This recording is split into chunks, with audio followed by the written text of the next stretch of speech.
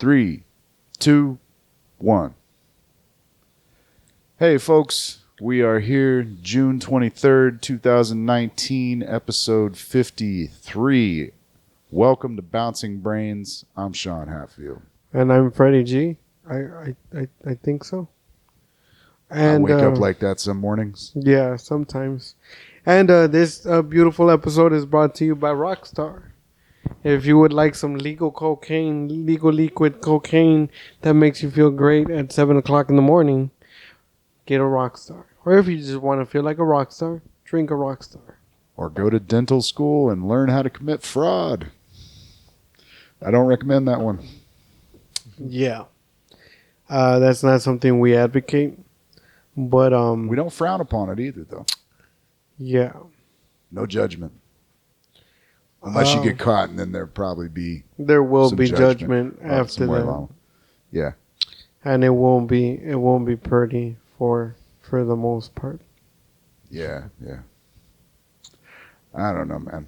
We're here on a Sunday. How you feeling, man? I feel good. I was telling our cameraman earlier that I actually woke up in a very good mood today. And I told him, I was like, hey man, I feel good. I woke up in a really good mood. Like, please don't fuck it up. You know what I'm saying? Like, I would really appreciate it. Don't you bring your bullshit around. Do not bring your fucking negativity around me today, because like, I feel really good. I know a lot of people today are probably in church, so have a blessed Sunday. I don't go to church on Sundays. I go to church on Saturdays sometimes when I wake up early enough. But yeah, if you're in church, or if you're just getting out of church, I don't know when they come out. Have a blessed Sunday. For our atheist people, this part of the segment is not for you, but have a good Sunday to you as well. Considering this comes out on a Monday, I hope there's some atheist giggling. That would be our in-house atheist giggling. Since it is a beautiful Sunday, I wanted to talk about like whooping kids' asses. Like I think that it was hey man, I'm fucking the production up. Biscuits, I'm sorry. Gravy, belts to the backside. I understand. I'm fucking the production up, but I'm sorry, man. What camera's on me? The one that's facing you. Yeah. This one. Yeah. All right, cool. Sorry, guys. I'm not a fucking tech person. I just know how to professionally talk shit. Kind of. When we get that fuck you money for the production, we're gonna have some dude with a little light. Just it's gonna be like going, the Freddy, right here, man, right here. No, and you don't even need to do that. Like with the professional cameras, they have a little light right up under it, and when the light turns red, it's the one that's on you. Yeah. So I know that's how the TV cameras do it. I mean, I've only been on TV once. I don't know if American Most Wanted counts, but yeah.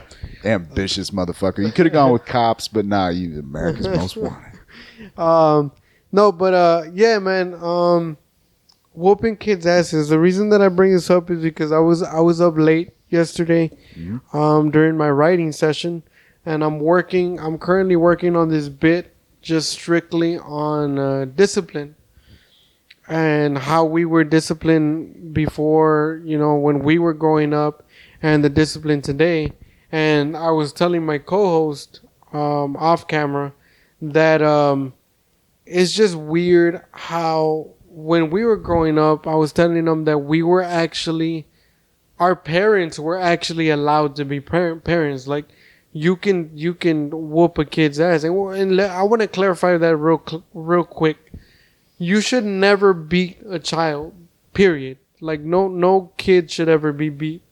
But I feel that spanking is different, and spanking should still be like allowed and whatnot.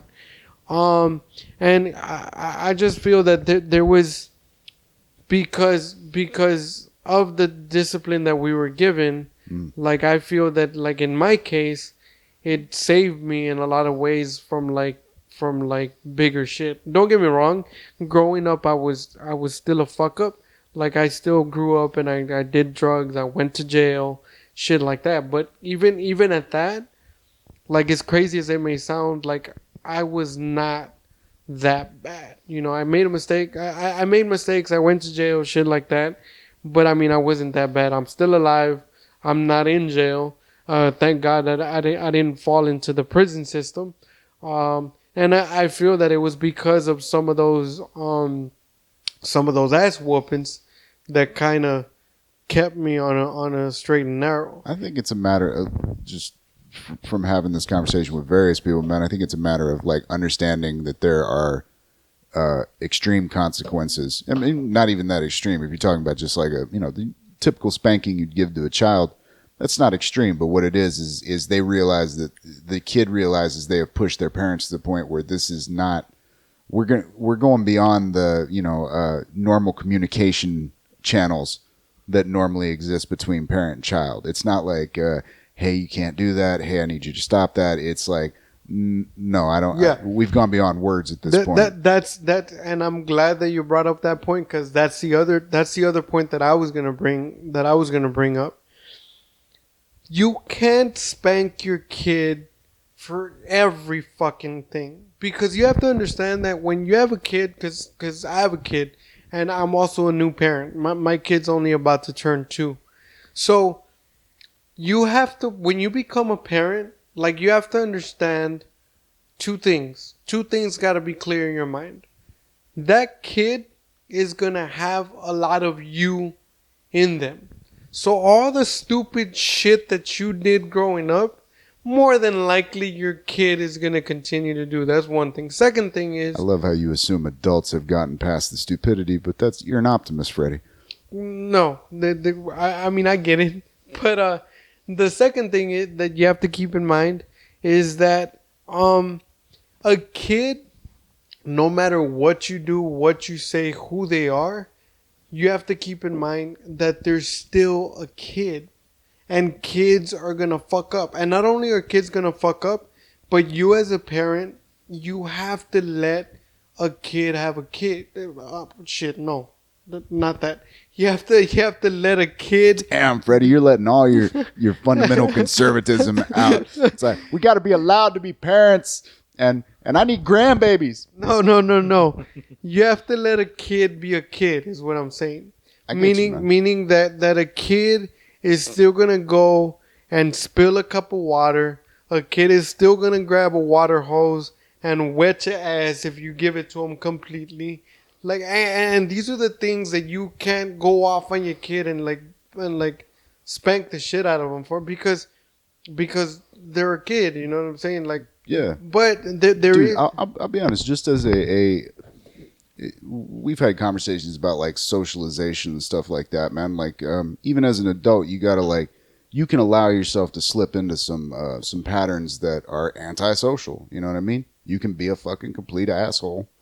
Just you've allowed yourself some behaviors that don't coincide with other people's motivations. Well, I'm a perfect example of that. You're a bit of an asshole. I was going to use my own example. Was like up until like my mid 20s. If I'd have had a kid at a young age, man, there would have had to been some quick growing up right and in a hurry, man. Because I mean, even up until my late 20s, man, I had a tendency to respond to grown ass adults with a very short temper and yeah, man, I wouldn't say that I was necessarily violent, but like the let's say violent demeanor, like, hey man, can you stop that shit or I'll whoop it, fucking beat your ass or something like that. That came to tongue a little too quickly. Yeah.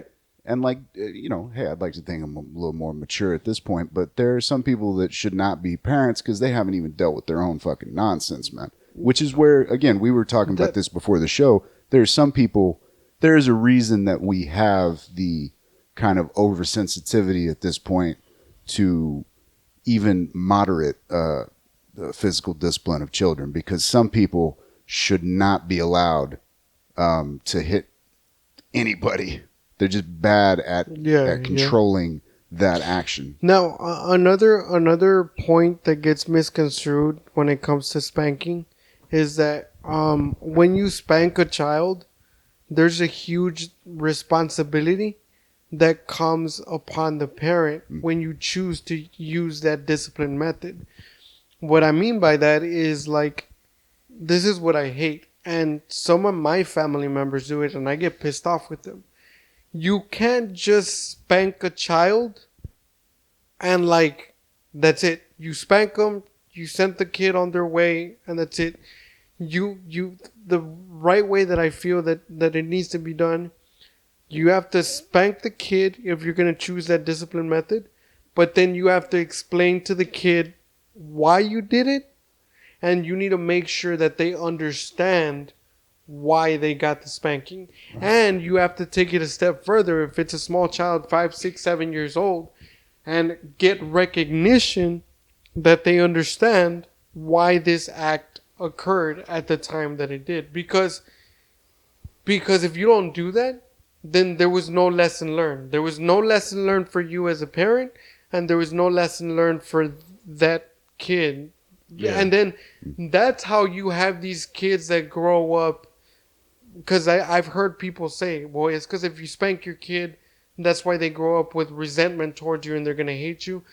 That is partially correct, but that happens when you spank your kid and you don't explain. Because then the kid grows up with the mentality of, like, this asshole's just whooping my ass for no fucking reason. Yeah. And they have a right to think that it's for no reason because your dumbass didn't explain why the fuck, like, you were doing it and whatnot. To kind of go along with that as well, one piece of parenting advice that I'd heard that kind of from everybody I've kind of tossed it at, and it seems to be generally accepted, man. Like, once you've gone to the point of physical discipline, like, once that's over, you're done with the explanation. After that, you're cool. Book's even. You don't get to hold. There's no. Cause some people will hold a grudge against their fucking kids. Yeah, that grudge needs to die there. Right as soon as the discipline is handled, that dies there. You move the fuck on, and that's it. Well, that kind of goes back to the conversation we were having a couple episodes back about, like, relationships and, like, the whole, like, once it gets to the point of, like, holding the resentment and, like, keeping score and shit like that. Yeah. Like, you need to deal with that shit real quick. And same thing with, like, the parent relationship, man, because, like, that is basically a person that, like, you have to maintain that. That's not a friendship. You know what I mean? It's not like, I'm done with this kid. Yeah. No. Well, I mean, don't get me wrong. You could send their little ass to the orphanage, but that's going to be a conversation you're going to have with your fucking, like, the other, and another thing, because I get this a lot from people. Like I said, I've gotten it from my own family, like, that they feel that when I express these things, that I make them feel like my first resort to discipline is spanking. And that's not at all the way I think it should be handled. I think that physical discipline, as far as spanking, should be honestly your last resort. Well, I get the feeling when you're bringing this up with your relatives, it's probably like, man, you need to beat that kid. Well, I mean, is that because there's different levels to this shit. Like, okay, right, but I'll give you an example. Say that a kid is 4 years old, right?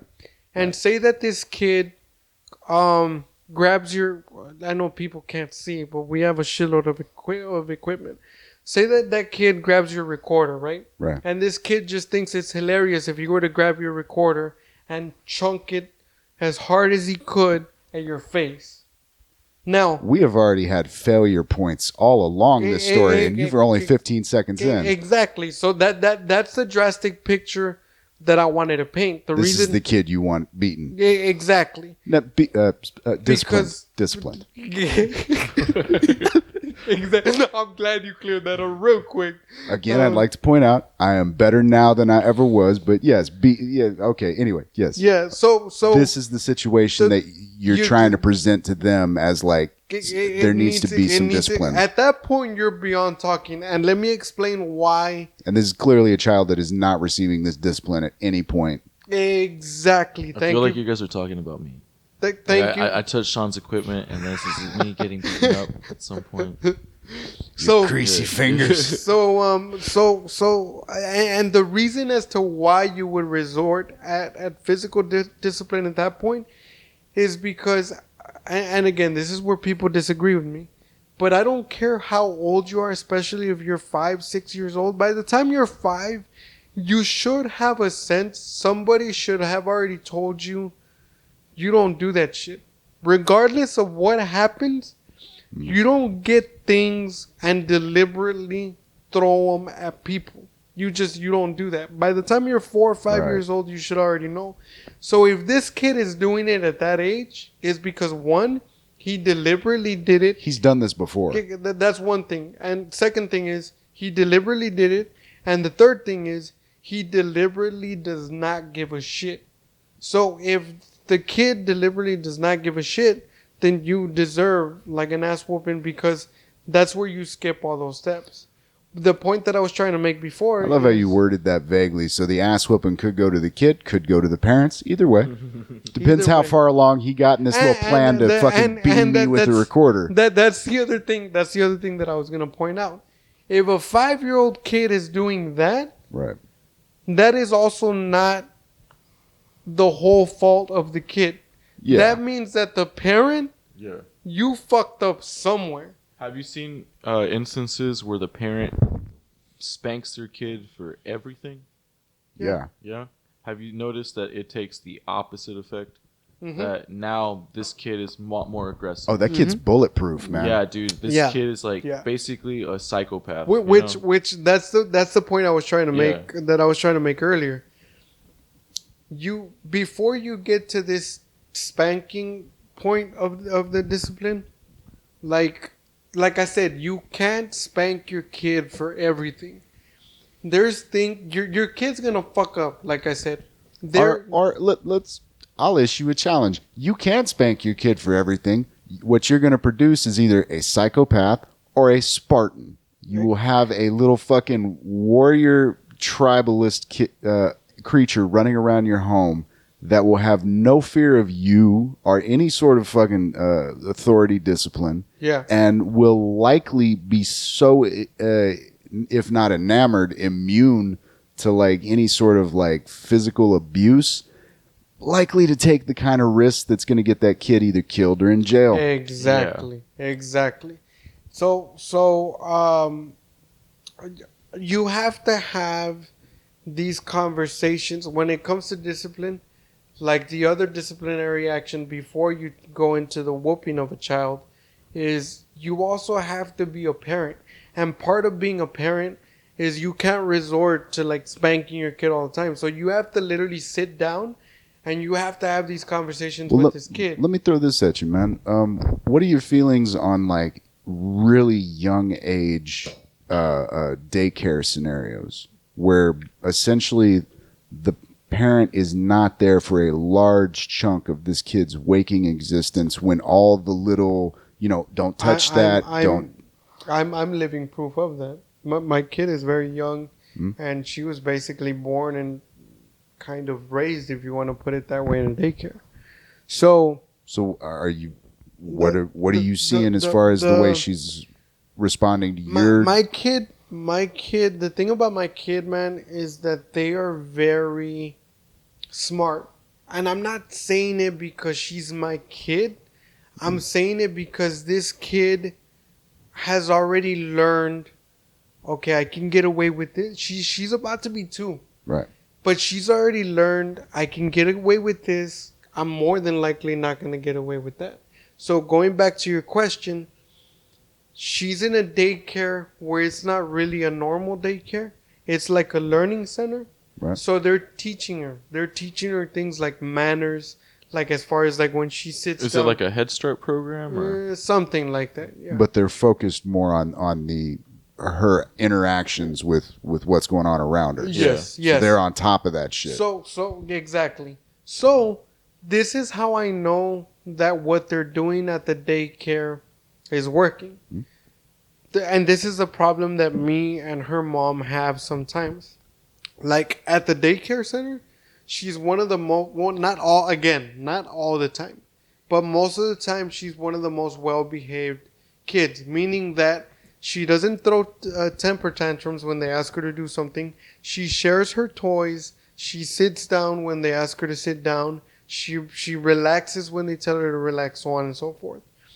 But it's funny how, like, with us, when she's at home or when we're together with her, she throws her temper tantrums. Like, as soon as we take away something from her, no, you can't do that. It's like she throws herself on the floor and she starts yelling and she starts crying and stuff like that. And we figured out it's because she still feels, again, she's learned. She's learned, okay, I can't get away with this at daycare, Right. but I can still get away with it with mom and dad because they're mom and dad. You know what? And- That's and- not and- not and to say right that that's now- necessarily not something you want to correct, but that's. I mean, at that point, like she's not even to 2 yet, and she can already make that distinction between like The shit public, out of- private. Yeah. Yeah, yeah. Like it's, So that's what I'm saying. Like right now, we're with the task of we're trying to get her to know that the way that you behave at daycare is how you need to behave, like all the time. have you had a conversation? Not to break in too early on this, but I'm actually fascinated by it. Have you had a conversation with the? I Her don't know mom? what are their titles there at the daycare? The instructors. Oh the- yeah, the what they call it, teacher. Yeah. Okay. Have you talked to them about that? I haven't, but her mom has. Because I would think that and- might be something about like the way that they're responding to her Yeah. and the way that So y'all are. the way, and it's something that I like, is that and it's a piece of advice that I would like to give like to new parents out there. This is why it's very important that your kid, no matter how old they are, you should never, ever, ever baby talk them.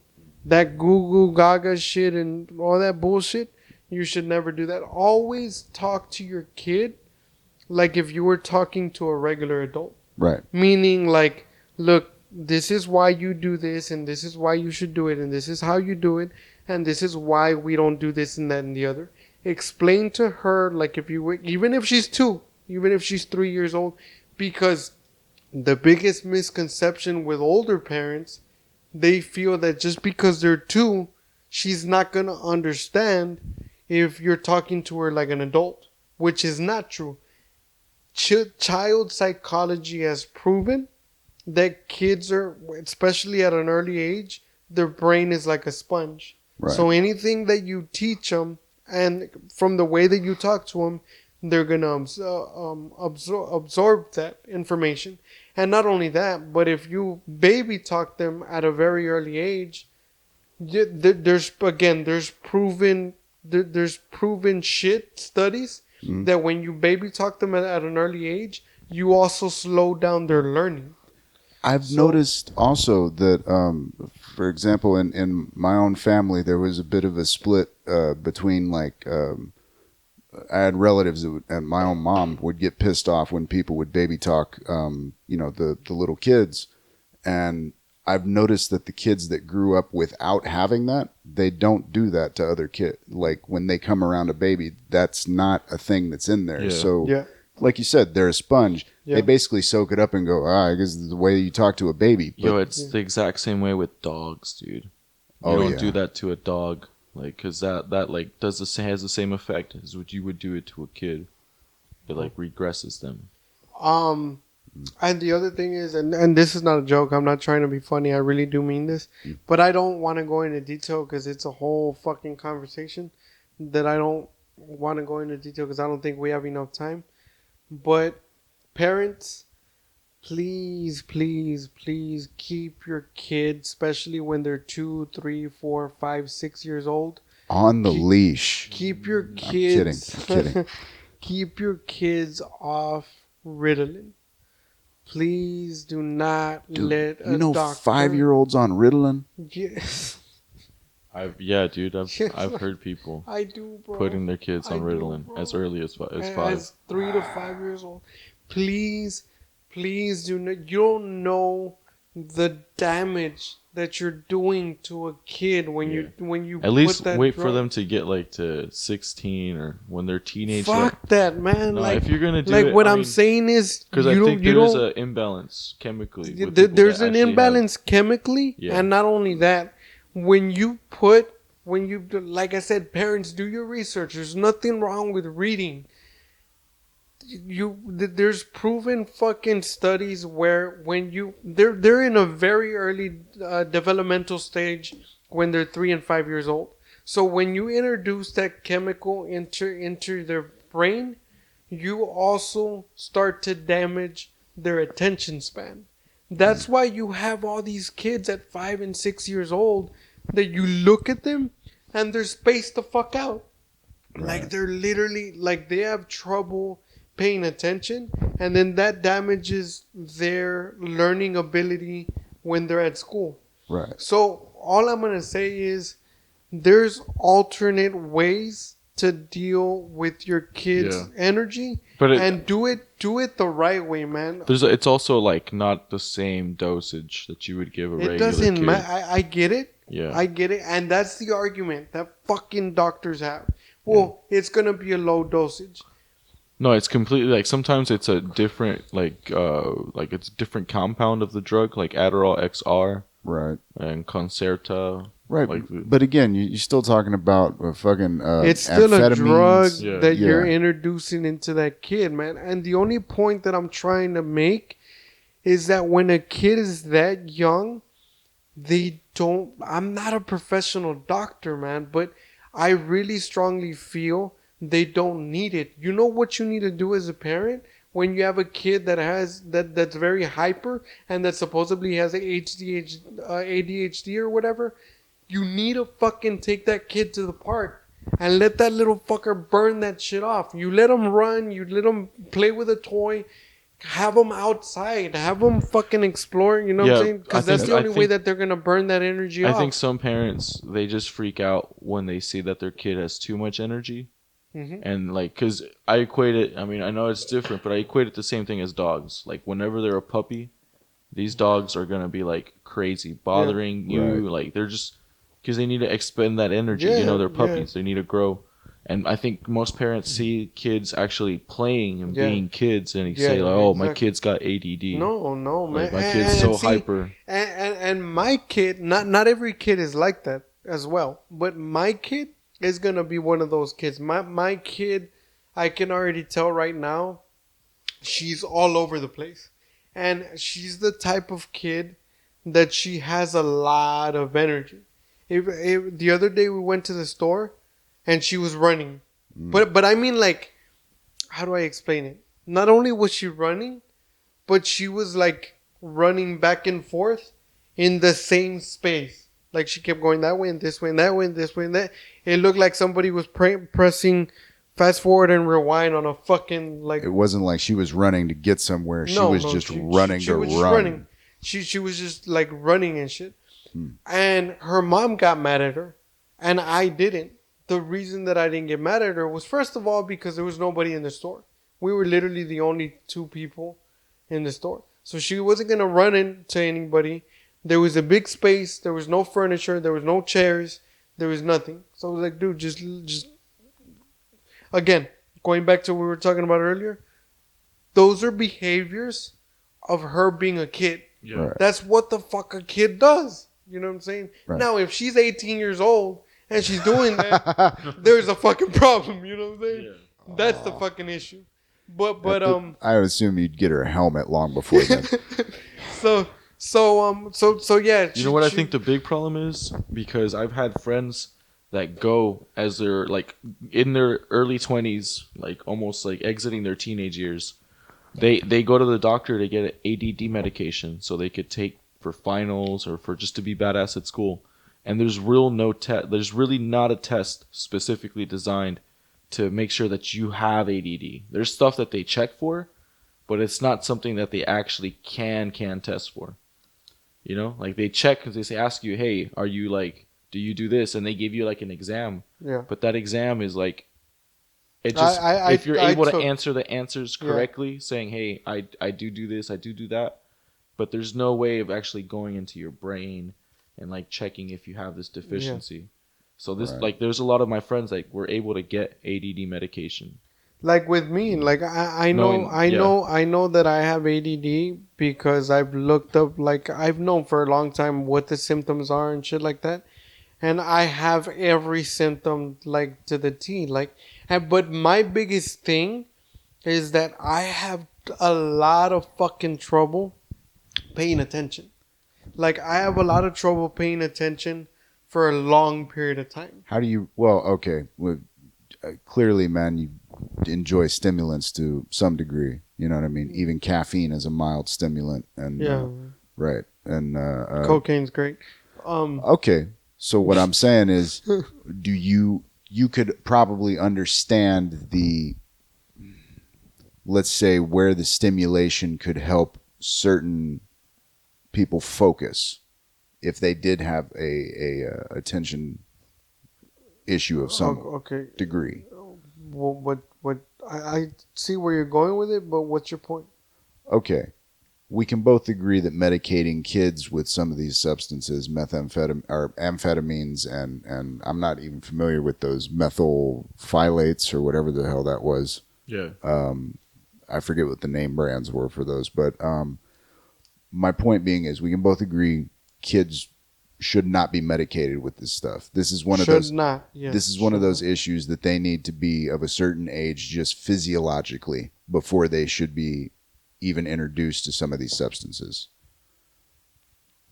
Yes and no.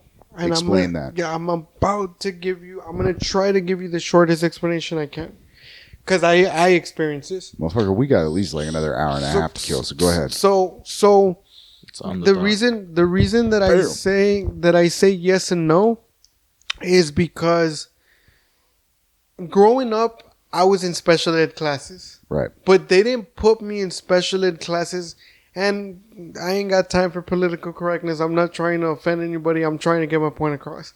They didn't put me in special ed classes because I was retarded or because I was, you know what I'm saying? They put me in They saw you walk in the front door and they were like, you, over there. Hey, no. Yeah, that's exactly what the fuck they did. So this is the problem. This is the problem with that. Like, what you need to understand is that there's people, there's 7 billion people in the world, right? Every single person that lives in the world right now, we all learn differently. And because you learn differently, it doesn't fucking mean that you're disabled. So my point is that if you have a kid that has problems paying attention, right? It doesn't mean, and I'm only talking about kids. It doesn't mean that you have problems. It doesn't necessarily mean that you have problems paying attention. It may mean that the way that you learn is different. I'm gonna give you an example. And I'm not saying this is true. I'm just using it as an example. Right. Sean may learn by looking at pictures. Sean may see a picture where they're getting a cube and they're putting it in the cube, and he sees the picture, and Sean learns that the cube goes in a cube because he saw it in the picture. Freddy may not learn by fucking seeing a cube going into the picture. Freddy might need to see it written down with an instruction. Cube goes in a cube. Right. Whatever. You know what I'm saying? So what does that do? That makes the teacher, the person teaching you, having to teach you that way that you learn, and then she has to teach me the way that I learn. They have to not only have the outline for a lesson plan, but they have to have different modes for that lesson plan. So again, like I said, long story short, and I'm shitting on the scholastic system and how it's broken. Oh no, you should, man. But the government and whoever does anything for teaching and all that bullshit and education, they do not want to invest the time or the because teachers do not get paid enough. I will never get tired of saying that. I say good teachers, bro. Yeah. Shitty teachers pay them shit. Yeah, like people, you know? Like teachers, No, but no, shitty you teachers. fire shitty teachers. You shitty just fire. No, But- because you need babysitters but you sometimes, need a- dude. you need and a- that's what they do. That's what they do. Well, they no, don't teach. no. They- Okay, now you're getting to a different point, man. Like okay, here's the problem: is with teachers more often than not, they are incentivized to go toward basically escalate up the rank rather than specializing in, say, a given field. Because there is a difference between. I mean, there's a reason we have elementary, middle school, high school, Yeah. right? And then there's even there used to be, at least here in the valley, the system of having, say, the ninth graders at their own campus. So you had them kind of socialized and then split up into the different high schools, Yeah. right? Now there were legitimate arguments that could be made for that. Maybe not something useful at this point. My point being is teachers are not incentivized to, say, specialize.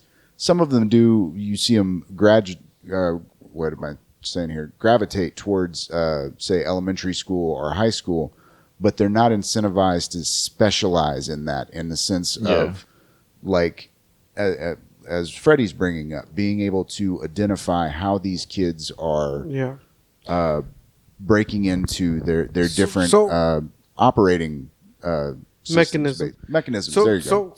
So the only point that I was trying to make is, again, I'm speaking from personal experience. All you can do, man.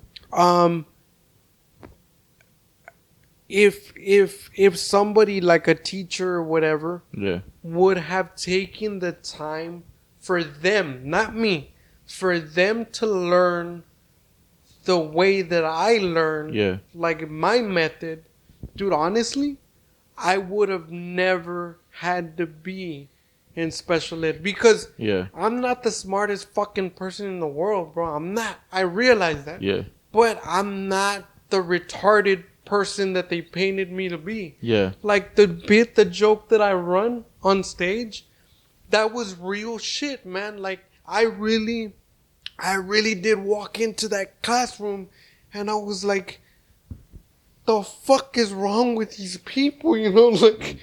Like there was fucking people with helmets, fucking people drooling all over themselves. Yeah. People that couldn't do shit for themselves, people that were pissing in their pants. I wasn't doing any of that. And they gave me this, and then they gave me this paper, this your work. Yeah. And then they were like, circle the square. And I was like, it's that one. And then they were That's like, actually a high mathematical paradigm, if Dude. I understand, man. Being able to circle the square, and then they were like, and then or maybe they, it's square the circle. I can never remember. and then they were like, choose the triangle, and I was like, well, it's that motherfucker right there. And then they were like, what's 10 plus 9, and what's 10, and what's 20 plus 10? Yeah. And I was acing this shit like nothing, and I was like 7, 8 years old or whatever. Yeah, man. But then these kids, they were given the same work, right? And these kids couldn't even fucking they didn't have the capability of not even circling the shit on the paper. So my only point is, had they not done that to me at such an early age, At what age did you get out of special ed? Were you always in special ed? honestly, Yeah. until I was my sophomore year in high school. Damn, bro. Yeah. Yeah. I'm telling you. Did you know? The I was in- American educational Yeah. system fucked me up. Dude, it does, bro. I was in special ed until I was in 4th grade, and that's because I'm dyslexic and I didn't really know how to read until 4th grade.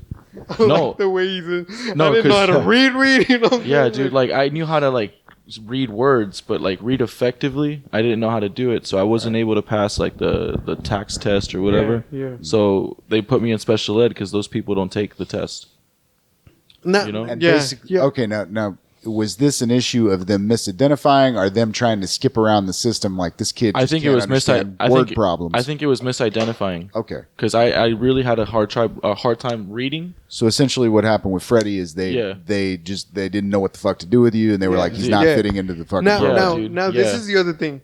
When they should have really put me in special ed was when I got to the fucking 10th grade. And this is not a joke. No. This is not a joke. It's going to sound funny, but it's not a joke. They should have fucking put me in special ed when I got to the 10th grade, and I'm gonna tell you why. Because as soon as these motherfuckers started showing me and telling me 3A plus 2B equals 5AB, and I was like, what the fuck? No, but that's I think when I was like, yeah. huh? I- That and then they really fucked me up with that geometry shit. They were like, the area of this circle is ×2, and I was like, Yo, I think it's because Time out, you were motherfuckers. caged up so long when they put you with the real animals. You were like, fuck, dude, feral. You know, like, dog, what do I do with all this? Well, not just that, man, but the way they teach algebra is fucking ridiculous. I do think that algebra is one of those things that is very useful. Algebra mixed with geometry, man. Like, I mean, dude, we just fucking had to measure out in the studio here to do a little redesign, and like that is basically where you start with the the area. If I measure this and move it over here, A equals B, then B equals A, and you're good. You know what I'm saying? yeah. But starting with that and then moving forward with being able And to, in all the mathematics that I learned throughout my whole fucking school career, the only ones I ever fucking found useful to this day. the metric system. Yeah, that and fucking measuring. Yeah. Like it's like Geometry is like the study of measuring, bro. But That's this what is you what gotta I'm think of it as. This is what I'm saying, man, is the way that they teach it is still as a preparatory all class I'm saying for is higher I mathematics, get and you. a lot of All people I'm- are not going to move on to higher They mathematics. don't try to teach it as like, hey, this is like a function that you could use in the real world. The practical application of, Yeah. of algebraic formula, being able to understand the relationship between different measurements in Yeah. different scenarios, and how sometimes there is a correlation, sometimes there's not. I know I'm fucking that up, but Yeah. like the formulas often, they give you Yeah. that list of formulas: A All equals I'm- B minus C equals D, Yeah. whatever. All I'm saying is I never thought just how valuable 28 grams was gonna be in my life. That's all the fuck I'm Yeah, saying. I'm just saying, dude, there's like applications for algebra in like every real world. And you know the stupidest And geometry too, Yeah, man. yeah. thing. You know the stupidest You tell thing? that the first time somebody tries to move and loads up a pickup truck looking like a fucking some Oh, yeah. weird dinosaur, and you're like, dude, no, that's not going to work at all. You know the stupidest thing that my teachers told me growing up that I realized today? I hated when they told me, you need to learn how to do the work. Because when you grow up, you're not going to be able to have a calculator everywhere you go. Ta-da, bitch. I do. It's in my fucking pocket. Well, here's the other thing, man, is they discouraged being able to do. Okay, when you got into later schooling and they had like the UIL type events and the scholastic games where being Bro, able to, I barely went to class. I never went to one right, of them. right, but you know that those existed, right? Yeah. Well, here's the thing. In a lot of the early math courses, say in junior high or elementary, they discouraged being able to do the math in your head. I understand why they wanted you to lay out the work, Yeah. but they didn't. What they failed to explain was you lay out the work so that once you have that practice down of the systematic approach, when you're doing it in your head, it is much more efficient, and you are able to scale that up to Yeah. higher output. You know the other thing. And that is again applicable in the real fucking world. You know the other thing, and again, this is not I'm not joking about this. Right. The other thing that I fucking hate about the scholastic system even today, and we're in 2019, and I don't understand why they haven't caught up to it yet. By the way, I like just to point this out. You pulled this up on the screen over here. The meditation study. They've found that meditation in younger kids is helpful up to a point. Yeah. The last bit I read, I believe, did say that you do have a fall off. Yeah, well, I was going to talk about that. It's proven to be more effective in adults Yeah. than with little kids. Like I think it's because something with like brain development or I'm not sure what it is, Right. But if a lot of the times people again being misdiagnosed, they just don't have the time to like I guess unplug their brain and be okay with not doing anything for Yeah. a while. Yeah. And then the second that they are alone and they have an opportunity to not do anything, they freak out, Yeah. and that's when they start doing all these like compulsory, like Yeah. picking up their phone, Yeah. just walking around or doing random stuff. Well, okay. To bring this back to what I was trying to get to Yeah. earlier, what I was asking you, Freddie, or what I was getting to the point of asking both of y'all was, we can reasonably agree, don't medicate the fucking kids. There are other options that are not being explored, and there are failures in the educational system. Freddie, don't interrupt me again. God damn it. Let me get to the question. What I was gonna say was, you pulled that mic up to your mouth like you were about to unload on me, brother. Sorry. You could slap them with that microphone if you want. Slap fight. We will get some fucking. You guys go with what is it? Cornstarch or baby oil with the slap. Baby oil. I want to hear it. Right. It's like the Vaseline in the boxing match, man. You want the punch to slide off the brow. You don't want them cuts. We'll get the phone book so we don't leave bruises. Where I was going with this was, again, to harp on my point of, I believe all drugs should be decriminalized for adult usage. Do you think that there should be a market for, say, if not a recreational, then self-medicational, like over-the-counter amphetamines like Ritalin, what's the other one? Adderall. Yeah. I mean, there's already a gray market that's going on. Like, as you were saying, people just kind of walk in and go, hey, I got attention deficit. And they get I know a shitload of people with fucking Ritalin prescriptions. Yeah. I'd say no, based on the fact that there's 30 and 40-year-olds that are still not responsible adults. Okay, but why should that? I'm not saying that, dude. I think it should be taxed to high heaven. The over the counter stuff. Now, the prescription. If you get a prescription for it, you should get it at fucking medical cost. Yeah. Like, but yeah, if somebody's buying, like, I was hanging out with a comic that will go unnamed, and he just about lost his shit because he found some caffeine pill that they sell at like the convenience stores that was like rare, I guess, and he was like, oh man, these are the fucking it's a golden rhino or something like this, and he was drunk as fuck. God bless his soul. But I don't see anything wrong with that. Granted, I don't think it should be so cheap that it's being sold necessarily at convenience stores, but like the idea. Well, I didn't say that either. That's not. I'm not accusing you of that, man. Wow. Defensive, man. I'm sorry. I picked the fight. I understand, Freddy. I'm sorry. Peace, brother. What I'm saying is, though, I believe there should probably be some market for that with a, let's call it what it is, basically a sin tax. And there's no reason that shouldn't be an option for somebody who is an adult.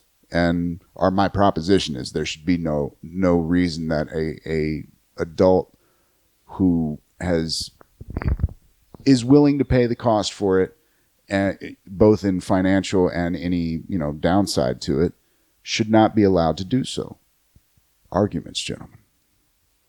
I agree with making it over the counter. You know why? Because there's stuff that you could take at vitamin shops and protein shops and all that stuff that gives you a similar effect of, like, I guess just in that high functioning brain mentality, or pumps your brain into like some sort of mood where it's doing a lot of stuff.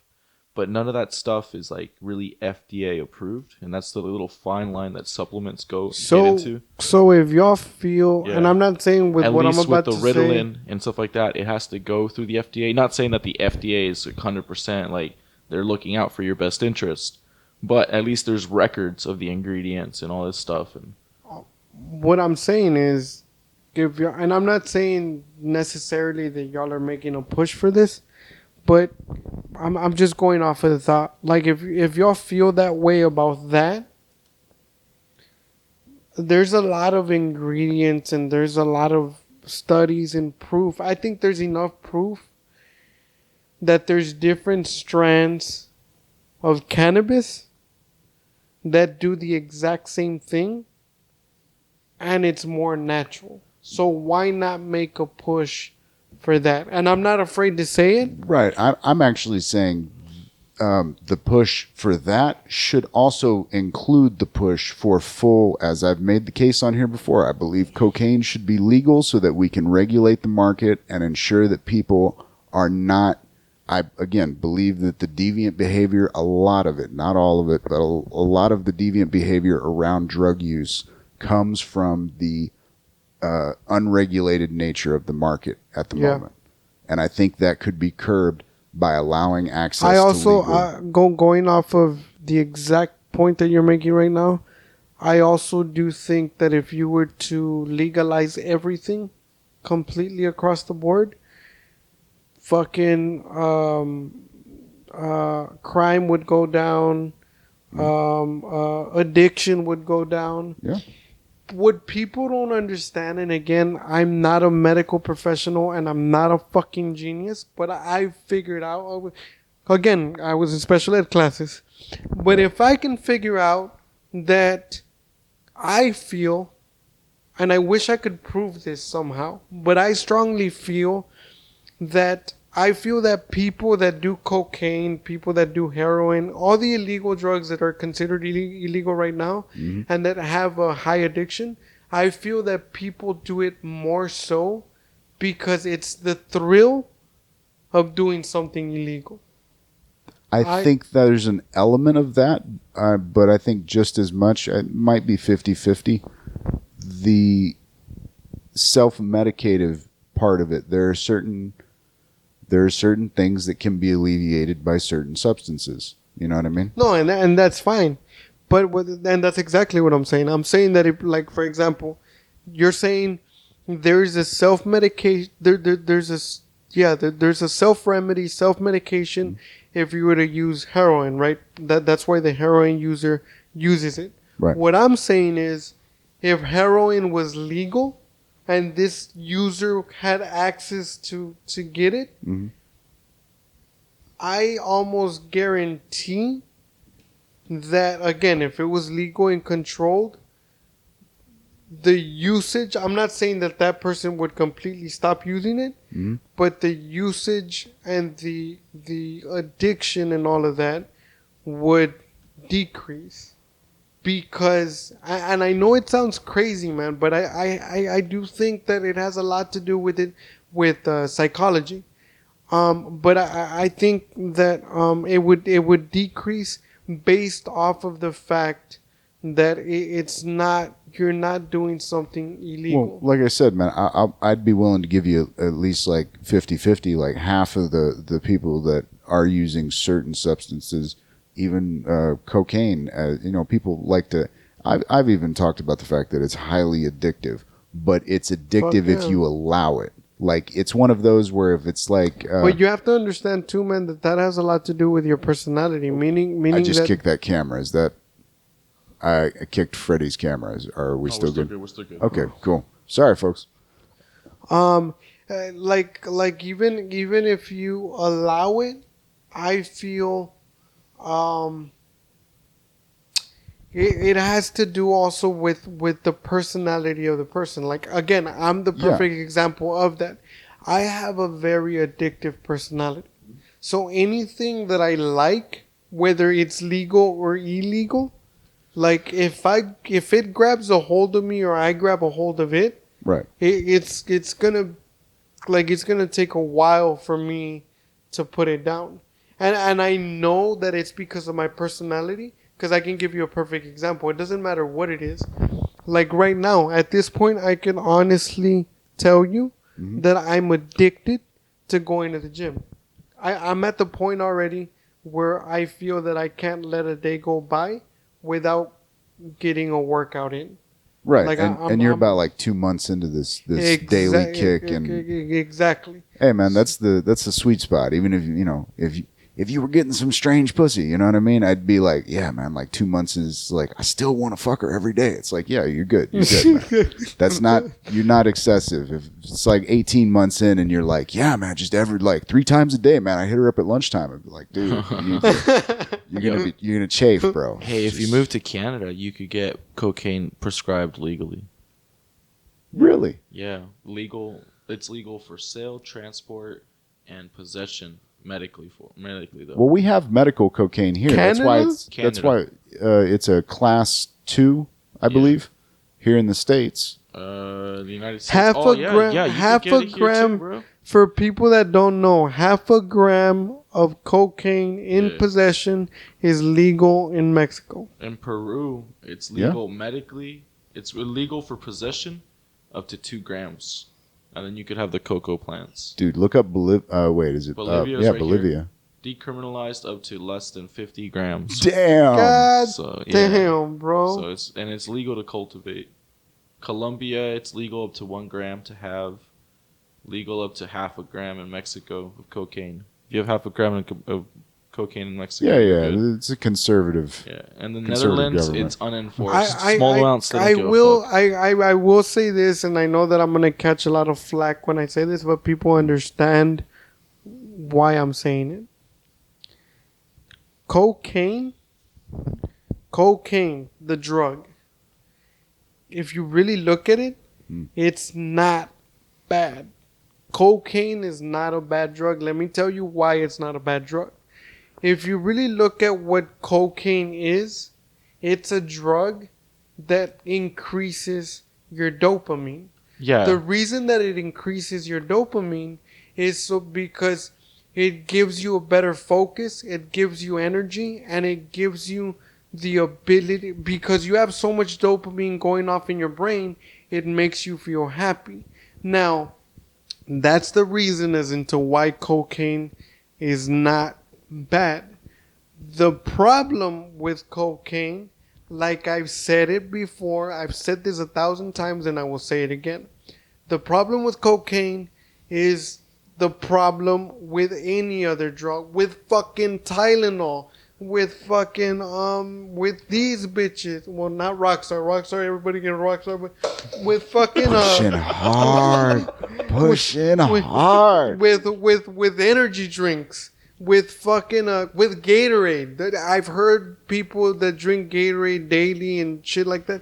With anything, is the abuse, the abuse of whatever it is that you're taking. And when you take anything, food, when you take anything in large amounts, that's the bad part. Also, with Coke, you mix with alcohol and it turns into a different experience. Animal. If that was what you were going to say, that's exactly what it. It's very the experience of that is very animalistic. And again, not necessarily in a bad way. You can have a great fucking time, but responsibility becomes difficult at that point. I'm not advocating go and use cocaine. I'm not saying that. Right. All I'm saying is that if you use it in right amounts, it's good for bowel functions too. I was about to say, yeah. If you use it in right amounts, it helps you to be a productive person. It really fucking does. But I would debate, dude, because I believe that there's stuff done to get cocaine to the way it is then. I would say if you're down, if you want to be productive, why not just chew or brew the cocoa leaves? Right. You know? Well, again, this goes back to my argument that part of our disgusting relationship with cocaine culturally comes from the illegal nature of it and the way the market has been built up and the way it's been demonized. But by the way, just so people know, because I know people can't see what we're looking at, we're getting some of these statistics and facts from actual articles, and they're reputable articles in case you want to look them up, like like Life Science and stuff like that. Like these are reputable articles. The New York Times. Well, here, the scroll New down there. York Let's Times. actually quote that bit on Unless cocaine. you're Cocaine, fucking. there's like it talks a lot about it. It talks about the cocoa plant, but it said that Cocaine can be used as a topical anesthetic for Yeah. surgical procedures due to its rapid-acting numbing properties. When combined with other compounds and Another- preparations called a TAC, cocaine can also treat minor skin lacerations since the drug is an effective vasoconstrictor, narrows blood vessels. Now another thing that I want to throw out there, just for the That's people, why you feel tight. the people that want to like demonize cocaine so much. I hope you fuckers know. I the like ones that we keep making that argument, and we've never had one person on here who's been like, cocaine is the devil. No, well, I'm saying people that I've seen outside of Oh, yeah. where we're at right now. You run into them.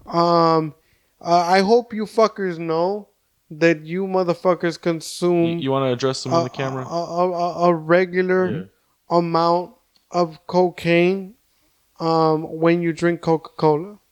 There's actually cocaine in the Coca-Cola. flavonoids. The- It's not. yeah, You're not yeah. the alkaloid, Yeah. which is actually the drug that is in what is it? Cocaine hydrochloride, which is what makes the And paste. to be fair, most cocaine that you're probably doing recreationally is not actually the original cocaine substance. It's being cut with other thinners, other dilutive. It's not. They're not using hydrochloric acid. They're probably using like what's the acetylene or something like that. That's the wrong diesel fuel essentially in some of these cases, man. That's one of the reasons why if we had a regulated market, we would be getting a pure, cleaner product that does not have a lot of.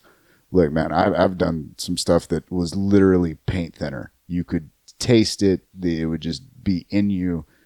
I've seen people just. That's the good stuff that smells like gas, dude. Oh, good God. Fuck off, man. Fuck right off. No, you know that it's good when you take that first bump, and as soon as you take it, it goes straight through your nose and down your throat. Like no cut time in between. Like it went and you feel it here and it's like, oh shit. Dude, my favorite quote was, I know it's good stuff when I do a bump and my asshole puckers. No, I'm sorry. My asshole gets sweaty. I was like, damn, that is specific. And I oddly know what that sensation I means. love that scene in that movie. What'd you bring up here? The DEA intelligence report? Yeah, this is testing for PPG and purity in cocaine within from 2012 to 2016. PPG, what is that? PPG. Price per gram Yeah, pure? Price per gram pure. What are they counting as pure? What are their metrics for pure? I'm not sure. I kind of saw this chart and I just went to it straight. If this is for heroin. I thought that was cocaine. I was fascinated again to bring up that interview with what was that Cocaine right the here. dude's name from Tijuana, former cop. Calderon. Yeah, Dude, that guy. he was talking about the heroin market coming from Mexico is now considered a better product than the Asian opium. So like that's fascinating because I'd always heard the story that the Mexican poppy crop was an inferior quality, but that if they're investing to the point where they're actually like, I mean, look, man, this is part of the thing, man. We know that there are certain crops like fucking cannabis, like coca down in South America, clearly poppies in Mexico. I mean, fuck, Canada might grow some fungus that'll get you stoned as fuck. I don't know. I guess they got good mushrooms. My point being, man, and we have a couple of cities, fascinatingly, that have legalized or at least decriminalized mushroom possession, which is fucking fascinating and beautiful. But shit, man. Shout out to Oakland. I I think that was the last city, the most recent city. Yeah. to You know what? I would be legalize it. fascinated because it's Denver, Oakland, and was it San Francisco? No, No. it was some city in Illinois. I don't remember. Really? Okay. I'm wondering if it might be tied to. Oakland was one of the second ones. Let me see. See if there's anything that links it to veterans programs, man. Since they've been doing the studies federally for the PTSD studies with mushrooms. That's what I was gonna say. The other thing that I've been reading a lot. I've read 3 different articles on the same subject. Is that they don't have concrete evidence yet, but 70% of it is pointing in that direction. Colorado is starting Colorado mushroom treatment. Yeah, there you go. Okay. Let me see. There's something about LSD as well, but not for. I'm not sure if it's for Colorado. Yeah, and MDMA has gone back a long way, man, with couples therapy. Oddly enough, is my understanding where that first got into like psychiatric use. Yeah, there is that they can't find they're not for certain that it's a direct link yet, but they're saying that now with the treatment of magic mushrooms, they figured out a way where for people that suffer from chronic depression, like meaning for people that don't know what the fuck that is, basically that you have depression and just, it's not gonna go away or what have you. That magic mushrooms has a compound chemical that basically resets that part of your brain, and it makes your depression and anxiety go completely away. And they can't say it yet, like they can't confirm 100%, but they're saying that it's to the point where it goes away permanently. I wouldn't say permanently, because you do experience like a cloud of happiness even after like your trip is over. No. What I'm saying is that the article said that there's a compound that part of your brain where it develops or causes anxiety and depression, it gets reset.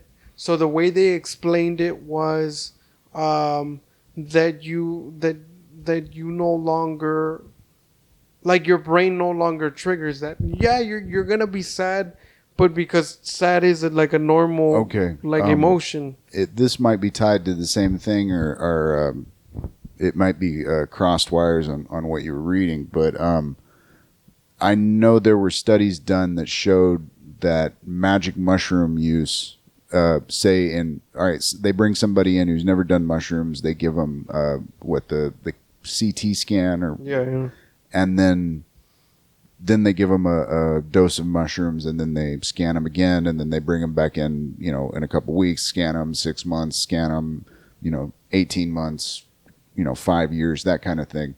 And there is a prolonged, like possibly lifelong difference in brain activity after the mushroom dose. Oh, if it's done in a focused way, I could totally see that happening. You just reminded me. You brought that thought back into my memory by saying that. Mm-hmm.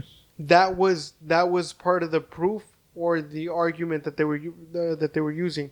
That what happens is with when they're doing the mushroom treatment, also when we're suffering from depression, part of what causes clinical depression too is that there's receptors in your brain with synapses that don't work. So like the delivery of the dopamine and you being happy and having controlled emotions and shit like that, it's just not triggering. It's not triggering. So then what the mushrooms are doing is basically resuscitating those synapses, and then so they start working again. So that, and again, I'm butchering the shit out of this. I'm not a medical professional, but I'm giving you the gist of like what I read, and I did read it extensively enough to where I can tell you that they were saying that it.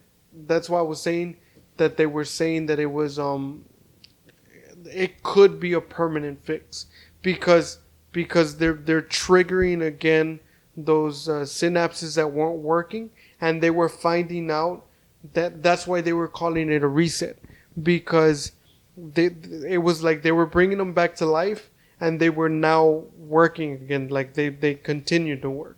They didn't stop working as soon as the trip was over. Yeah. That's why they were saying that it was a reset.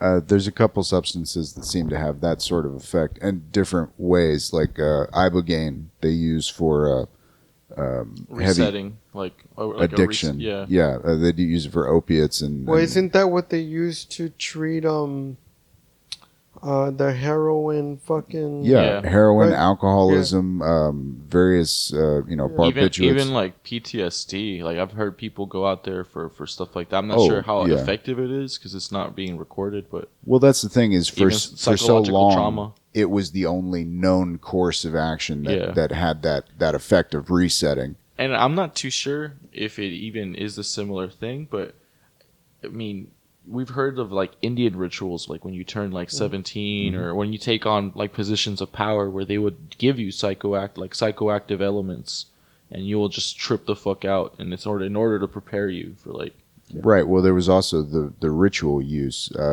Part of the thing with mushrooms was Yeah. a lot of the let's say early studies into it, like back in the '60s and shit. Well, not that early, but early enough. Talked about the like ritual portion of it, where it was like, think about it, like mushrooms pop up every once in a while. So like when it happens, you fucking take the motherfuckers. You know what I mean? The crazy thing about mushrooms too is that every ancient society had a form of like psychedelic mushroom.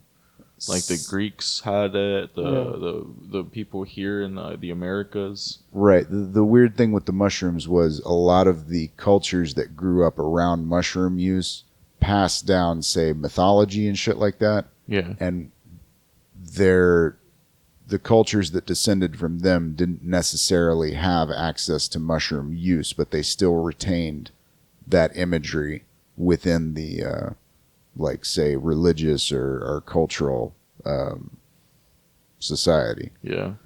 But yeah, I remember reading one theory that said one of the possible vectors for alcohol consumption may have been that they were using honey to store the mushrooms when they got rare, and the honey itself would ferment, turn into mead. So Yeah. at some point when you lose the mushrooms, what you still have is the fermentation of the honey. I think that's what I'm You seeing know- here. Like it's just a use of like fungus, anything with made with fermentation or when you grow mold on it. Right. To Like- kind of, for a second, to touch back on the whole, the resetting and the depression angle with it, ketamine is also supposed to work Yeah, very well for that. for depression. I believe it was Neil Brennan that talked about Yeah. it very heavily on a Yeah. couple of podcasts about Yeah, he taking talked those. about it on the Rogan podcast. Okay, I haven't listened to that one, but ketamine was talked about in some depression studies going back at least like 15 years, if I recall correctly. But again, it's one of those things that it's kind of a hard reset, whereas mushrooms, I think you'd That's- probably have to do some focused work with them. That's something that I did not know. That I just found out this past week when I was reading that. I mean, it's gonna sound stupid, but I did not know that like depression or clinical depression was like 70 when you're not going through shit is what I'm saying. Mhm. Like when you're not going through a sad period in your life, like excluding that. Like I didn't know that it was 70 to 75% of the cause is because your brain is either not producing enough dopamine on its own, and it's also, or when it is producing Yeah, the dopamine, it's not distributing it to your brain correctly, so it's there and it's stationary, and because it's stationary, your brain doesn't know how to use it, Right. because it's not being delivered, so it stays there, and because it stays there, it's useless. You know, So- that's fascinating. Had not come across that, but what I had come across for a while, I was taking supplements that would increase dopamine levels, like L-tryptophan and stuff like yeah, that. because there's a natural ways of Yeah. But you can get a overabundance of dopamine and Yeah, that's have, not good either. But you have the negative effect is Yeah. that you start getting a lessened response to it. But by the way, people, there's also a scientific term as well to where you can overproduce or have too much dopamine, and then basically you just become overly happy. but it's just not about literally being overly happy. You can get to the point to where you're. It's gonna sound weird. I but think at that point too, it also starts like kind of burning out your neurons. yeah, You know? yeah. It's very And possible. then like everything else, going back to the pornography watching and the sensitivity in your brain that we had a couple of episodes back. In a sense, that's the same thing that happens. You start to damage the nervous part of your brain to like your sensitivity. So then, like you kind of become You start fucking with immune. the balance of that on-off switch, and your responses get deadened as well. And then it is possible you can get to a point where it is possible for you to feel happy when you're not supposed to. This is crazy. Yeah. Eating lots of protein can actually help increase the production of dopamine in your brain. Yeah. 'Cause Hell yeah, bro. That's why I'm always happy. That trisoin amino acid that gets synthesized through the breakdown of meat. And see, this is why I was totally against whoever was debating Jordan Peterson saying that you shouldn't eat a lot of protein because it caused depression. That there was something in meat Yeah. that would cause depression. I think it's. I think maybe they were debating like this because if you eat a lot of saturated fat. no protein. They were specifically talking about Yeah. the different kinds of protein. Okay. So that they But and usually, like- that guy Yeah. that guy was supposed to be like some kind of nutritionist doctor, and he was trying to make the argument that if you consume a lot of protein, that it would cause depression. I And think was maybe like I- animal protein. Like they were maybe debating the animal protein, but Well, now here's one 'cause of thing that saturated fats. here's and one thing that I've only heard brought up a few times is you do need that balance of, say, the digestible fibers the non-digestible fibers in your diet, so that your gut bacteria has something to synthesize like various nutrients off of, right? Like the Yeah. whole thing with eating kale is not that the kale is good for you, it's good for your gut bacteria, Yeah. which is in turn good for you. I disagree with that, but maybe not completely disagree. Where you Because it's getting been proven that if you don't eat that, like you'll still be fine. Well, no, here's the thing, man. All right, okay. Based on the current understanding, as far as I'm aware, when you digest any protein, but specifically animal protein, there are metabolites that form from that digestive process. Now, if you don't have other processes going on with if you have either an overabundance of that gut bacteria that causes that breaks that down, and you don't have the counterbalancing processes going on, and these other metabolites that are either deactivating the whatever. Fuck, I am not a scientist, people. I only pretend to be one. That's fine. if I somebody was pays me. understanding. I was understanding what you were saying, but I right. continue. I want You to- need there to be the other gut activities going on with the bacteria to produce a healthy ecosystem in your gut. and it's like closely related to your brain. Because if the metabolites from the protein production are not counterbalanced, deactivated, neutralized in some way, they are harmful to your gut. Where I'm getting at is that can cause inflammation, that can cause cortisone levels to rise, that could inline cause depression. But that is an excessive fucking, like what that would be referring to as, say, the standard American diet of fucking, shitty carbohydrates and unnutritional proteins. Yeah, you know the other It thing that stuns also the neurotransmitters in your brains Yeah. too, like having your gut health unbalanced. Yeah, there are more. What is it? There are more synapses in the gut than there are in the brain. Yeah. I believe is the popular. and that's why people like. I know that a lot of people, especially in our Mexican culture, I'm not talking about you, Sean. Sean's an inducted Mexican. He's been enough. He's I been swim in it like water. Yeah. But like in our culture, because like we, I don't give a shit. Like I'm gonna say it, like a lot of us Mexicans, we tend to grow up very ignorant, and we tend to choose to remain ignorant. So I just recently, bro, and I want to say recently, within like the past 4 years, I learned the importance of like probiotics. Like that's why you should somehow. They're expensive as fuck. Don't get me wrong, and I think that's part of. But our why problem. do you say Mexicans are not up to date with probiotics? No. I'm not saying we're up to date with probiotics. Yeah. I'm saying that it's within our culture that we always have this attitude of like, "Nambe, it's bullshit. Like you don't need that shit. Just eat this fruit and eat this vegetable, and you'll be fine."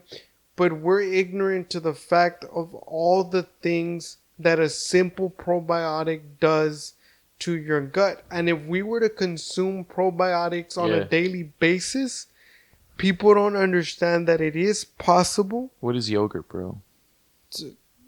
That's different, though.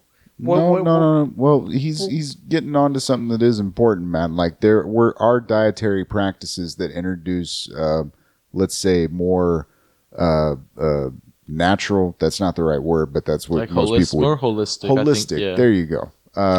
That's a big multisyllabic word. Let me ask you this, and I'm not saying like yogurt is a great example, but let me ask you like this. Honestly, how many fucking Mexicans you know eat yogurt on a daily basis? Bro, have you seen the La La La? Yeah, bro, shits, dude? but how many fucking people do it on a daily basis? I've seen a lot of people. That's the point. I've That's seen- the I've point. seen a That's lot the of point that I people- was trying to make. There's a lot Like- of practices that like I could bring them up that Mexican American culture does to actually take care of gut health, and this was stuff that they've been doing for a while. Yeah. And but I think just like being ignorant to the fact of what it's doing, and maybe it's been done so much that people don't even know that removing this from their diet. Well, okay. How much of this do you think ties in with the whole idea of like the whole, hey, Tex-Mex, let's just throw some cheese on it and cut out the vegetables? Yeah, like cheese in Mexico, like and deep jungles Mexico. It's not pasteurized cheese. Yeah. It's like queso fresco, and Yeah. Right. it's like Now, it's not. the other thing that I wanted to point out before I forget, going back to the dopamine and like natural receptors to dopamine, is another thing that I didn't know that helps with natural production of dopamine is honey, bro. Did you know that? When you consume honey, it stimulates. There's connection to the stimulation of your brain that produces natural dopamine. And by honey, people, I mean like fucking real honey, not Aunt Jemima syrup and shit.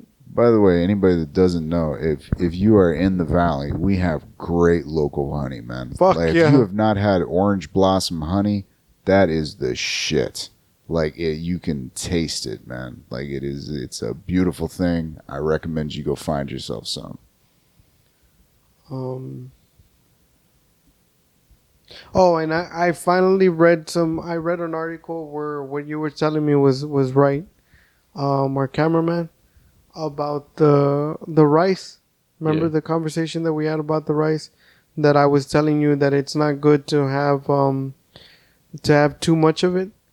But no, I read 3 different articles where you could actually consume rice like perfectly fine, and it does nothing to you. Like the carbs from rice, they're not bad for you. But where the mistake is when people fry the rice and the spices that you put into it.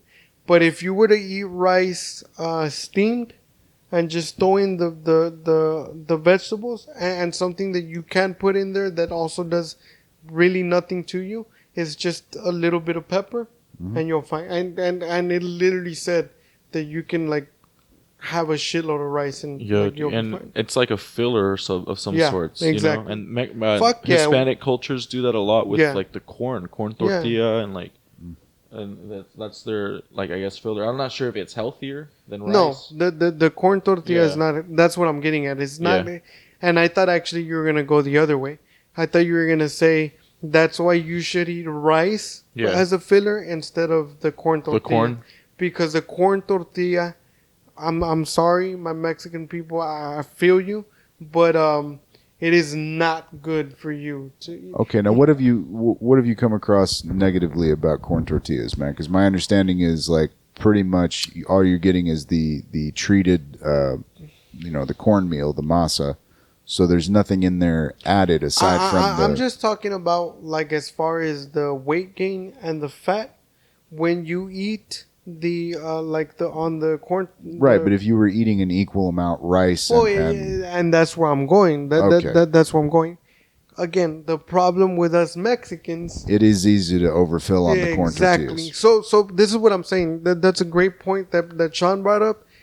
If we as Mexicans or we as people were because you can eat 2 corn tortillas twice a day within at least a span of like 8 hours in between, and you'll be perfectly fine. It's when you eat 3, 4, and 5 and 6 in one fucking sitting Right. that you. And then again, us Mexicans, we can't just have the corn tortilla.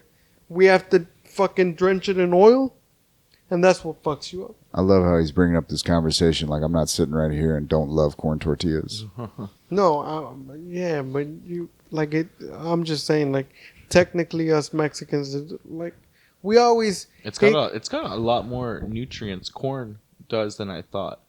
Like it's actually quite healthy. I'm actually fascinated by the idea that the treated corn with the lime breaking down the proteins is more bioaccessible to you than, say, eating it like sweet corn off the cob. Yeah. I mean, don't get me wrong, delicious, but not really that nutritious. Let me see. Popcorn has magnesium, phosphorus, magnesium, magnus. I don't know. Manganese. Manganese, magnesium, zinc, copper, and phosphorus.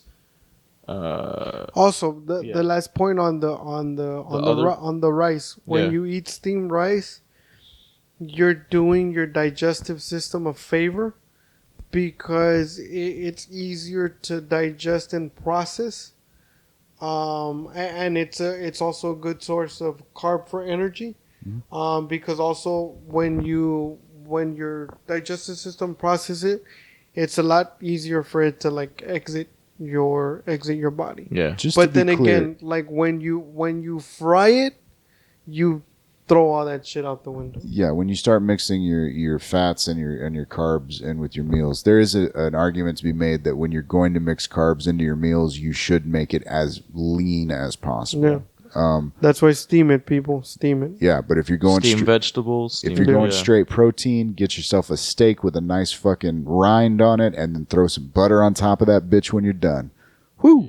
And some avocado on the side. You know what I mean? For your Californian taste. high protein, high fat. Yeah, man.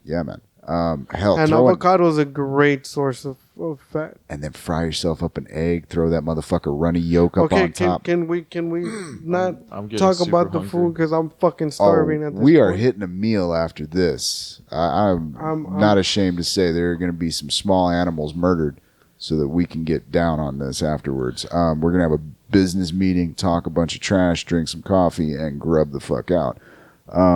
Sorry, I lost track. Where were we going with this? We were talking about rice. What I was going to say was a great source of carbohydrates, no doubt. But if you're going to make it a balanced, like if you're going to introduce it on a regular basis into your diet, there is an argument to be made for sprouting brown rice and basically even fermenting brown rice so that you break down the fiber into something that's more usable. And basically a small amount of that goes a long way. Like you basically put like a cup of brown rice into water on a countertop, clean water, you know what I mean? Let it sit for maybe a day, and then at that point you've kind of started to sprout it a little bit. You also soak it so that it starts to break down the shell, Because like usually if you eat brown rice, like that shell just passes right through. You know Yeah. what I mean? You can see the stuff in your stool. Yeah. But at that point, you also have the option to leave it in the water and further ferment it Yeah. to the point where it starts breaking it down real fucking good, man. You actually take a little bit of that water and put it in your next batch, and it ferments quicker and breaks it down a little further in the, because you don't want to leave it too long or it does start to like rot. Yeah. Point being is you take that fermented rice, and that has even more, like, it's kind of like what I'm saying, you're introducing the fiber into your gut so that the bacteria can break it down. Yeah. Well, you've kind of done some of that on the outside already, which is even like you were saying with the white rice, it's already available to your gut. Yeah. It's easier to pass through. I mean, that's part of the problem with the high fiber diet is that it irritates the shit out of your gut. But if you can break that shit down a little bit before you pass it in, I mean, that's the reason, like, we were talking about the health benefits of beer. Like, Yeah. one of the reasons I liked a dark beer, man, was like it did help you pass, the morning log. Yeah. So what I'm saying is, if you're gonna keep rice as a staple of your diet on a regular basis, look into it. And that's the only point that I was trying to make. That I was under the impression there was some negative aspect. No, not that there was negative, but that it wasn't good to consume rice on a daily basis. And again, people, you need to understand that I'm coming at this from the aspect from a person that's trying to lose weight. If you don't give a shit about your weight and anything, you can eat all the fucking rice you want and all that bullshit. But Yeah, like optimal performance wise. yeah. You're talking about Now, what's optimal for your body. exactly. Now, the other thing that I want to point out is when I'm talking about the rice and these carbs, also keep in mind that if you want to call it advice that I'm giving, this is for somebody that does not work out. Like that a workout is not part of your daily routine and that you're just a regular Joe that goes about their day and has no type of workout whatsoever.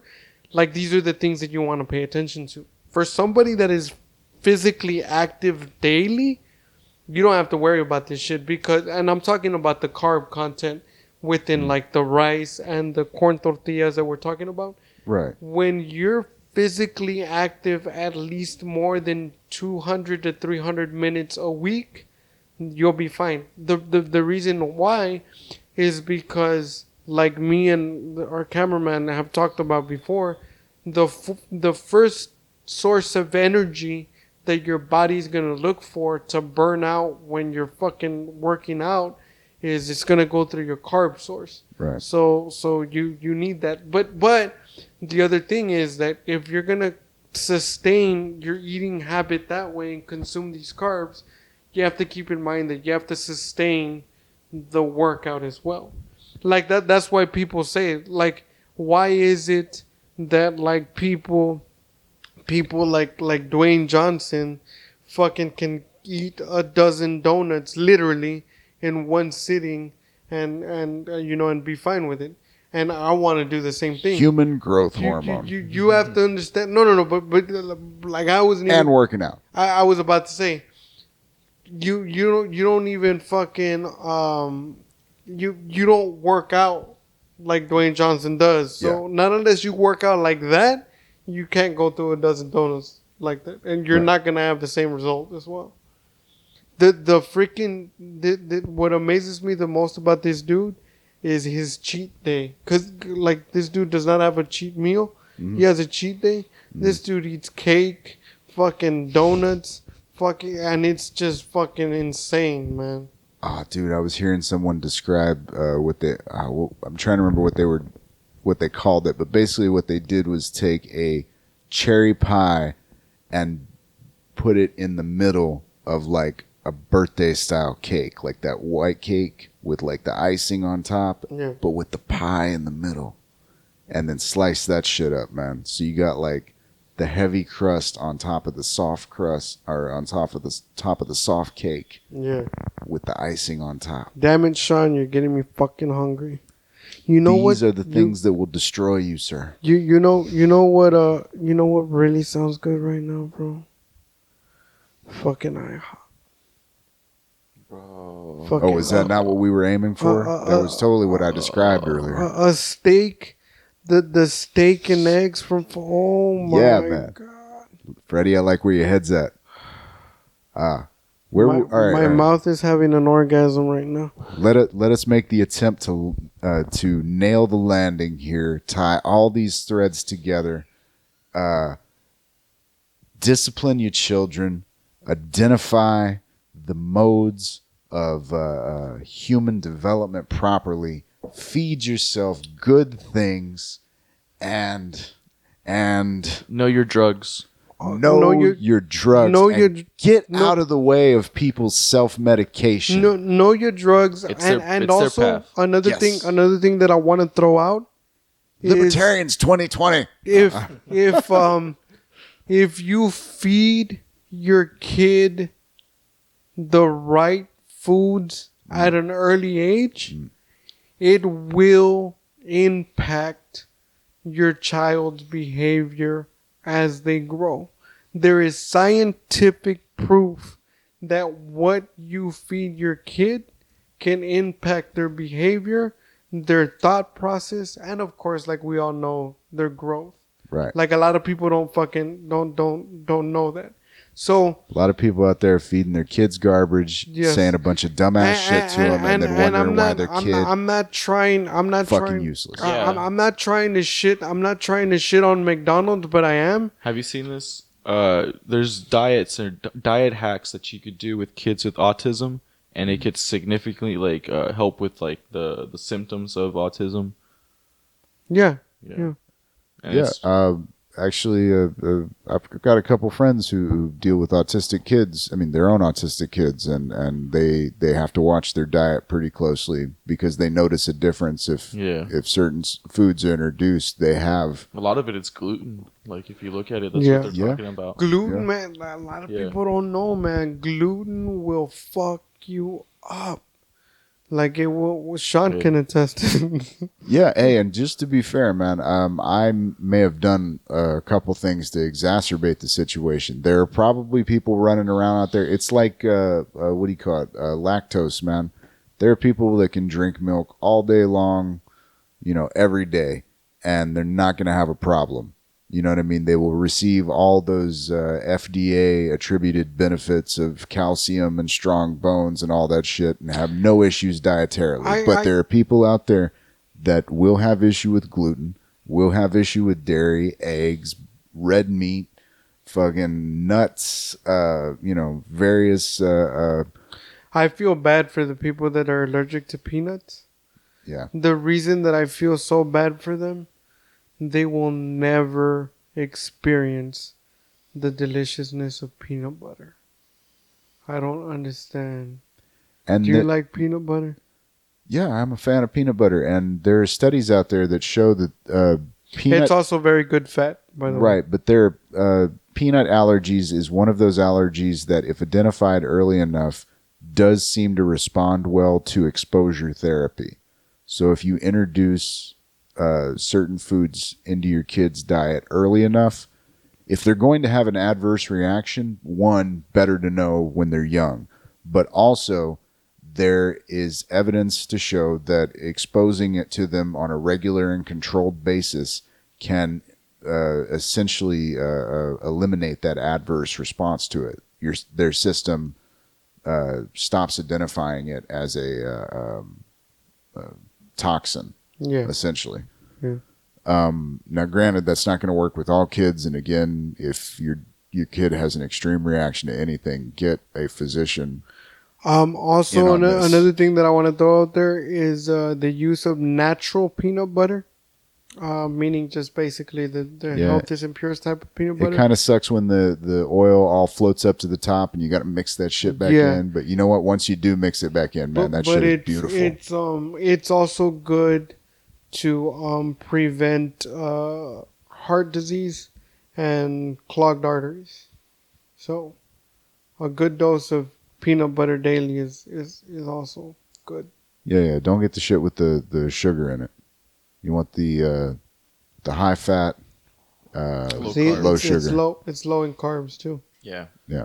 Um, Good source of vitamin B3, 6, folate, magnesium, copper. Magna- 45%, bro, on that Manganese. vitamin E. Manganese. There you go.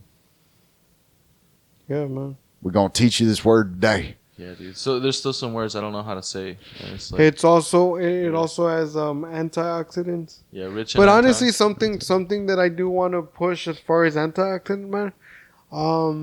Actually, If you- scroll back up just a little bit, man. A Where- little bit more, man. Hold on. 10. It also has. It's also high in biotin and contains decent amounts of B5, potassium, zinc, and selenium. If I remember correctly, the biotin is a precursor, a probiotic Yeah. type of thing. So that's good for the gut health as well. It's also good for nails and hair. Yeah, Yeah. Beautiful. word.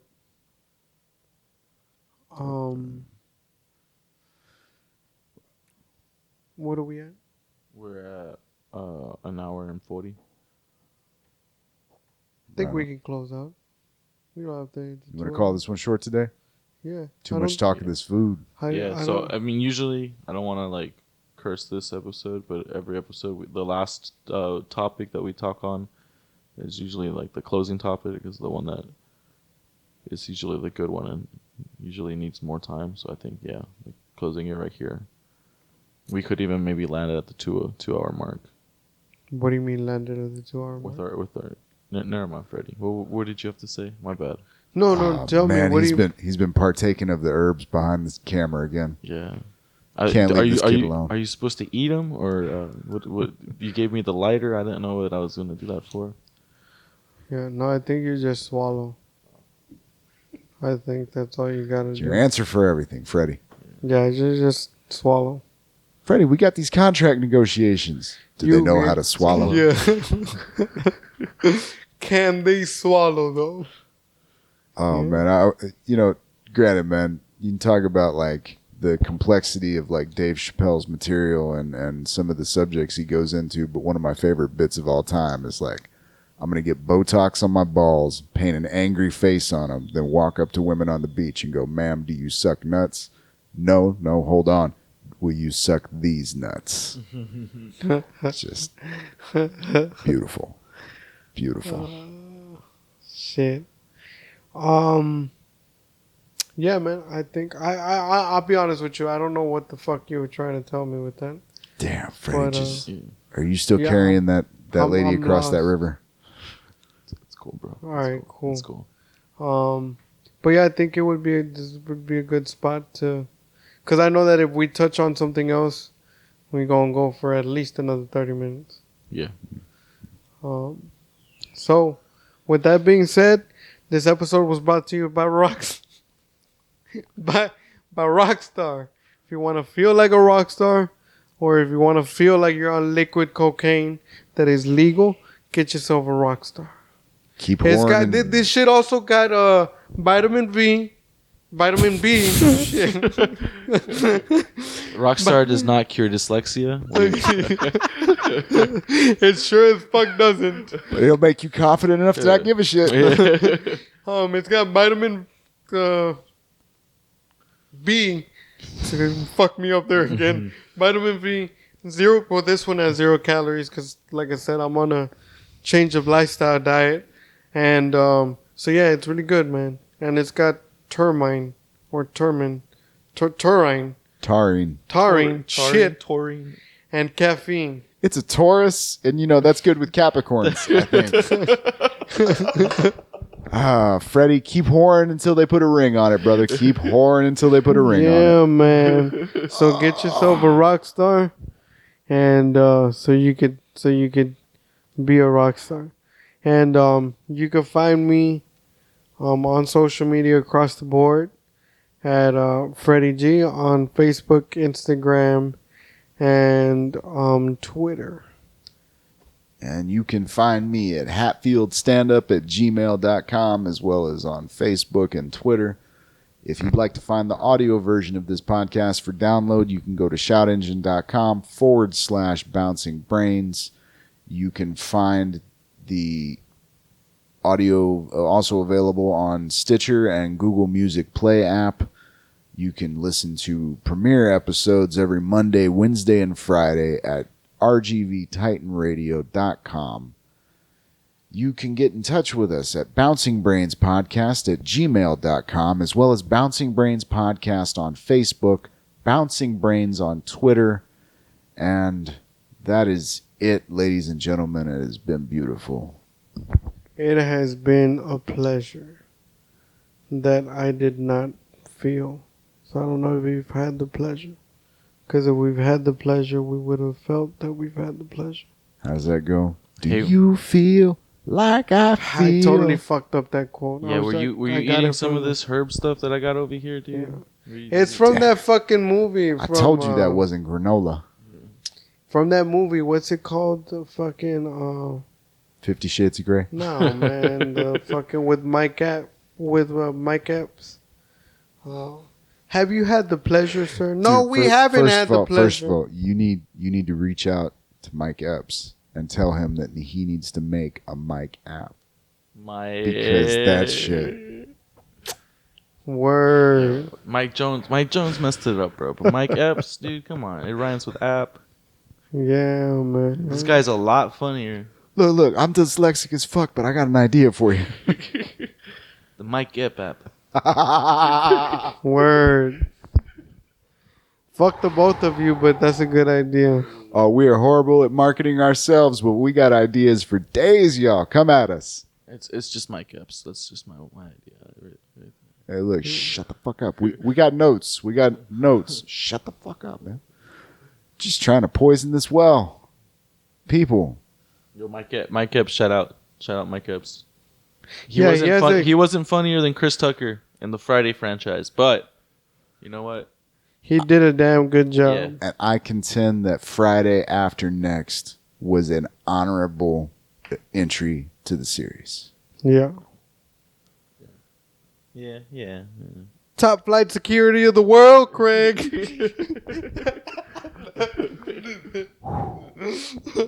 Ladies and gentlemen, good night. Good night.